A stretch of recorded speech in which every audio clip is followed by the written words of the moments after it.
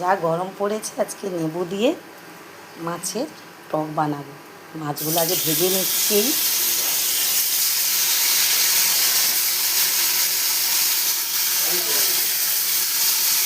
মাছগুলো ভেজে নিচ্ছি। ভাজার পরে এই লেবু দিয়ে টক খাবো।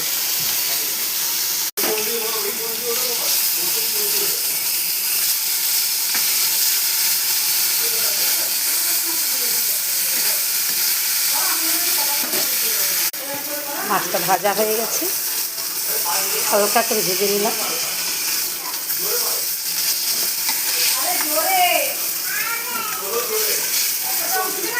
টকের মাছ হালকা করে ভাজতে হয়, হালকা করে ভেজে নিয়েছি।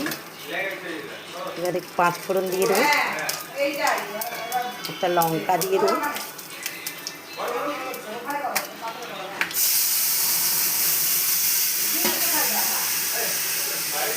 লবণ দিয়ে দিলাম,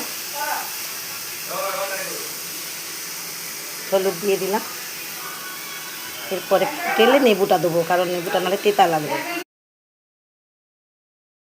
টকটা ফুটে উঠতে নেবুটা দিচ্ছি, কারণ না হলে নেবু না আগে দিলে তখন টকটা তেতো লেগে যায়।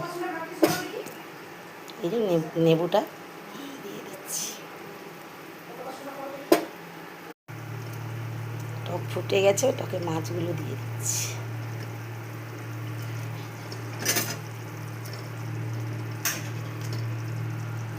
টক রেডি, এবারে নামিয়ে নেব।